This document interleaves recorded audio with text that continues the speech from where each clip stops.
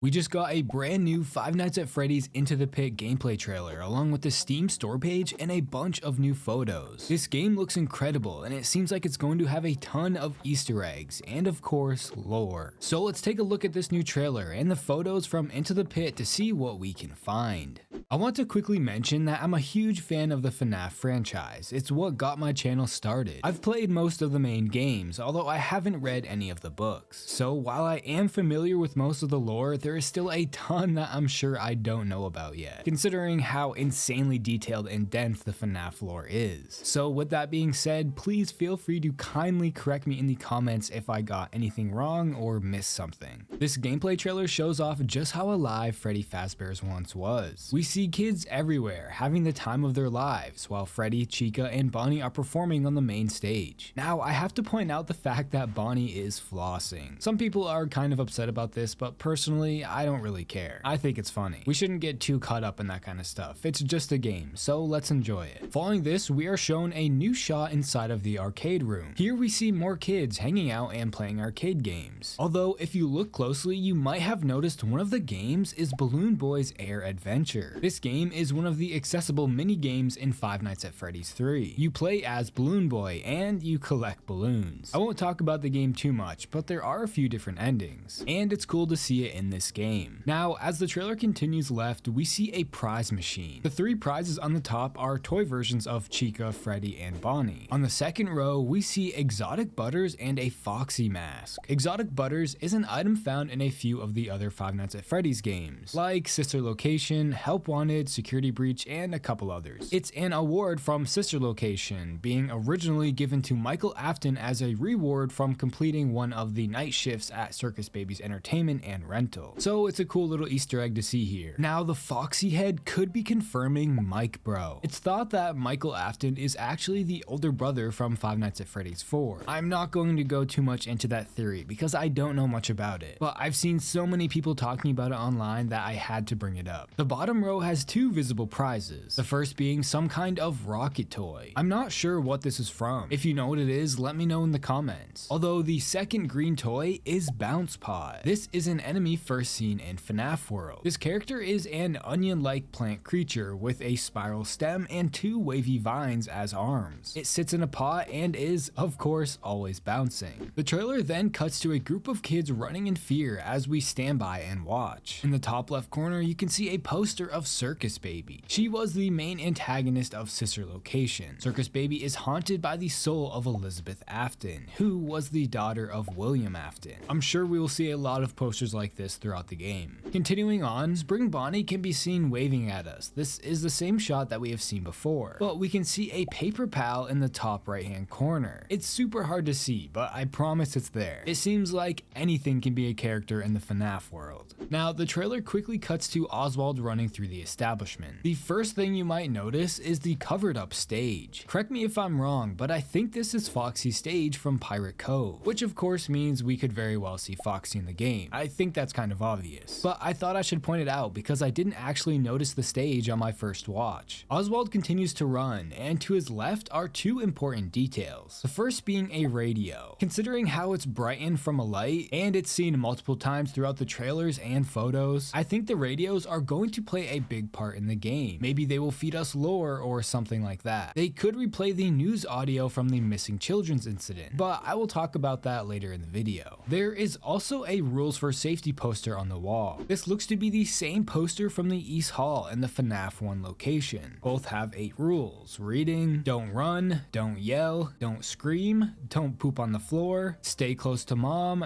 don't touch Freddy, don't hit, and leave before dark. The 8th rule, leave before dark, most likely refers to the animatronics becoming alive and aggressive at night. The trailer ends with Spring Bonnie looking for us inside of one of the old animatronic suits. Now, there is also a clip on the Mega Cat Studios website that shows us the missing children incident. I believe this will be the first time we see this incident sort of unfold in a game, and it looks so cool. There is a lot of debate right now as to if there are 5 or 6 kids here. Personally, I'm not sure. I think it could be either, but I'll let you guys decide. I'm just glad that we finally get to see more of this because it's a crucial part in the overall FNAF lore. Now let's take a look at some of the Steam store page photos because they reveal a few more details about the game. The first photo shows off more of the arcade games, but the one I want to point out is the pink machine. It kinda stands out over the rest. This could be a reference to Bonnet, a hand puppet rabbit from Sister Location, or this could be a reference to Funtime Freddy, another character from Sister Location. As you might have noticed, this seems to be a recurring theme. You can also see a ticket eater on the left. We have seen this in the previous trailer, therefore I'm sure it's important. This could mean that we get to play some of these arcade games, like maybe Balloon Boy's Adventure, and we use the tickets we win to unlock prizes that might help us stay alive, which would be an awesome feature. The second photo shows Oswald inside the basement. He appears to be looking at an old Freddy suit. However, the storage rack behind him is what's important here. If we brighten up the photo, you can see a bunch of old endoskeleton parts, like a face, the chest spring locks, and a few others. You can also see masks of Freddy, Foxy, Bonnie, and Chica, and even Mr. Cupcake. So this basement is where the older mascots are kept. I'm sure we will be running into something pretty interesting down here. The third photo shows Oswald running from Spring Bonnie inside what looks to be his house. Now, I'm not 100% positive that this is his house, but that's what everyone thinks it is. However, there are a few important things here. The first being the radio. Like I said before, we keep seeing radios throughout the game, so I think it's safe to say that they're going to be important. There is also a calendar that tells us the game might be taking place during August, although I'm not sure how important this is to the overall story, considering we travel back in time through the ball pit. Like I said, I haven't read the book, so Into the Pit is still new to me. The fifth photo is a jump scare cutscene from Spring Bonnie, and you'll notice he has 2 rows of teeth. This is something I didn't see from before. The first row is of normal looking teeth, while the second row has long, sharp teeth. This is just a cool detail I thought I should point out. The next photo shows Oswald inside what looks to be his bedroom, or at least a bedroom. But something to keep in mind is that this place seems to be sort of run down, considering the wallpaper is ripped off. There is a ton of stuff in this room. You can see pictures of Freddy, Chica, and Bonnie, along with a Godzilla poster. Oswald also has a black cat. Now, I'm not sure if these other toys are a reference to anything. I have a feeling that this caterpillar looking toy is of something, but I can't figure out what it is. The last photo I want to look at shows off a few important details. The obvious is the Golden Freddy suit. This is something we can hide inside when running from the mascots, but you'll also notice the calendar behind Freddy. It has the date of June 1985, the same date of the missing children's incident. If it wasn't obvious already, considering I mentioned it before, this game will take place during that time, and we will even get to see part of it happen. Are you excited for FNAF Into the Pit? I'm not a huge fan of these types of 8-bit games, but considering it's FNAF, it actually looks really good, so I'm looking forward to playing it. Let me know your thoughts in the comments below, and if you like horror game content like this, please consider subscribing. Also, if you want to support the channel more, you can become a member. Don't forget to follow my Twitter at TerrifyT. Thanks for watching.